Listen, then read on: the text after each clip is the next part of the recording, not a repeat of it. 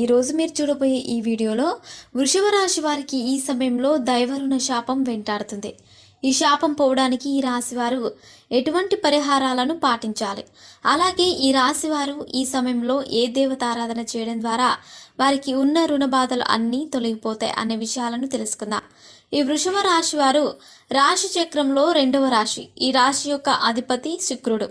ఈ రాశిలోకి కృత్తిక నక్షత్రం 2, 3, 4 పాదాల్లో జన్మించిన వారు, అలాగే రోహిణి నక్షత్రం 4 పాదాలలో జన్మించిన వారు, మరి మృగశిర నక్షత్రం 1, 2 పాదాల్లో జన్మించిన వారు వస్తారు.